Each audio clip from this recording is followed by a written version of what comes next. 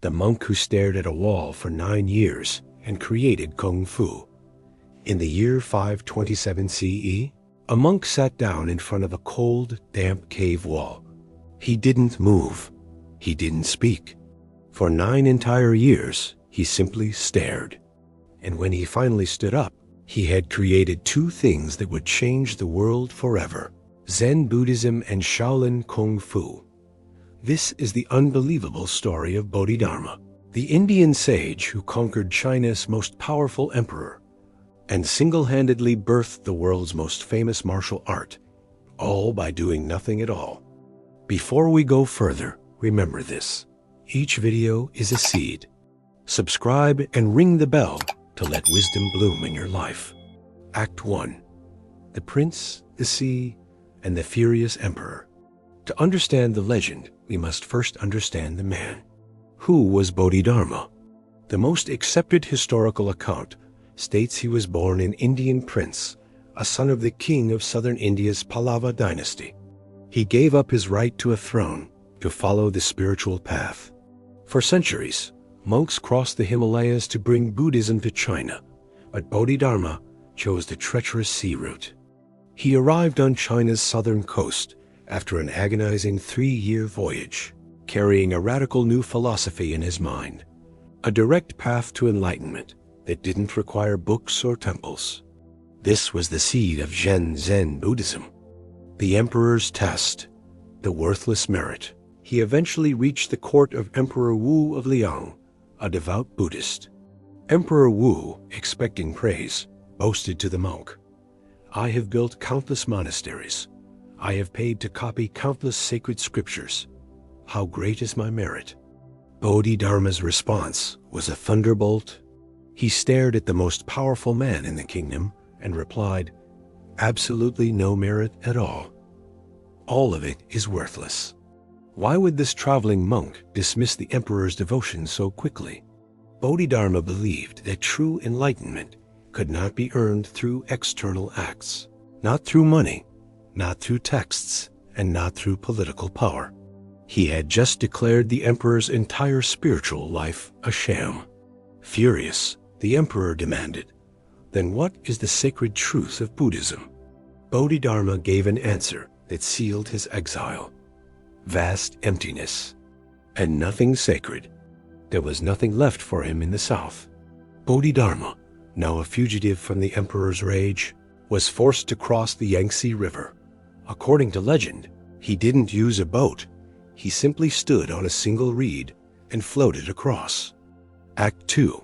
The 9-year wall gazing. Bodhidharma finally arrives at the famous Shaolin Temple in the Songshan Mountains. These are not the warrior monks you picture today. They are scholarly, contemplative Buddhists, physically weak from years of sedentary prayer and malnutrition. The head monk, terrified of the powerful, radical stranger, refuses him entry. Bodhidharma is rejected for a second time. So, the Indian sage simply walked up the mountain to a small, secluded cave. He sat down facing the wall, crossed his legs into the lotus position, and began to wait. This is the great mystery, the 9-year wall gazing. For 3,285 days, he sat, rain, snow, hunger, and cold. He remained motionless, deep in meditation. Legend says he became so static that small animals built nests in his beard and mice ran over his body. There are 2 incredible details from this time that deepen the legend. 1. The broken legs, curiosity spike. One myth claims that 7 years into his vigil, Bodhidharma grew so angry at himself for falling asleep that he cut off his own eyelids to prevent himself from ever closing his eyes again. The eyelids, falling to the ground, sprouted the first tea plants, providing monks with a stimulant to stay awake during meditation. 2. The wall's etching, historical fact.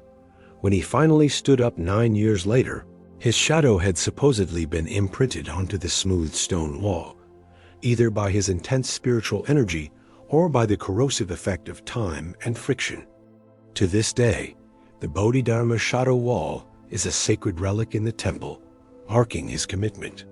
the secret of Kung Fu. When the monks finally welcomed him, they were sickly and exhausted. Bodhidharma realized that their bodies were too weak to handle his intense form of meditation. Their spiritual discipline was meaningless if their physical bodies broke down. He didn't teach them Kung Fu as we know it today. Instead, he taught them a series of simple, dynamic movements to harmonize the mind and body. These were compiled into two foundational texts. 1.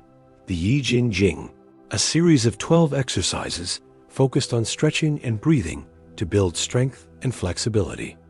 2. The Zisui Jing, a text of even more profound physical and meditative exercises, which was reserved for only his closest disciples. These basic physical disciplines were the roots of Shaolin Kung Fu. It wasn't designed for fighting. It was designed for survival and enlightenment. It was a secret system to transform weak, pale monks into robust vessels capable of withstanding the rigors of Zen. Act 3. The Enduring Mystery and the Real Lesson. The monk's final act, the unsolved mystery. Bodhidharma's legacy should have been one of enduring glories at the Shaolin Temple, but his final act leaves us with the greatest mystery of all. After establishing Zen and training the first monks, he simply vanished. But the story doesn't end there.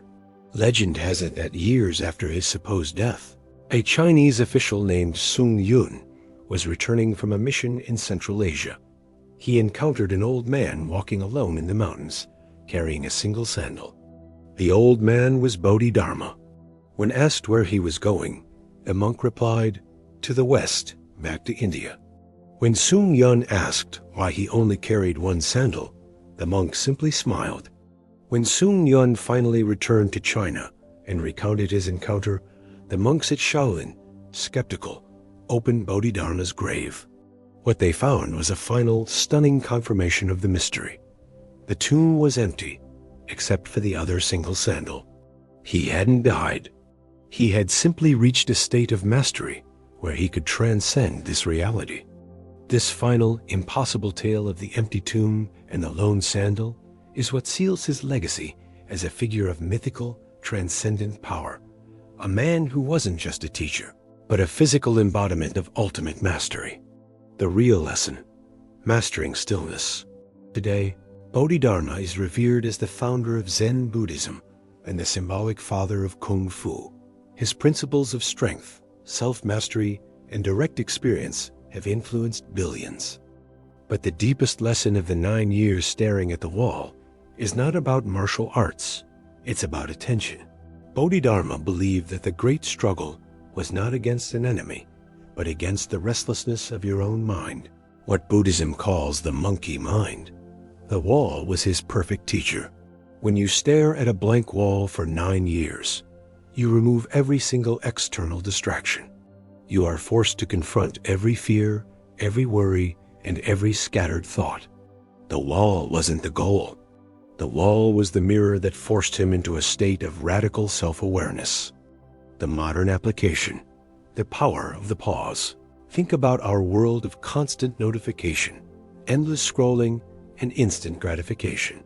We are trained to seek dopamine hits every 9 seconds, let alone every 9 years. We call it focus, but what we really mean is the ability to resist distraction. Bodhidharma teaches us a superpower that is almost impossible to find today: the ability to be still.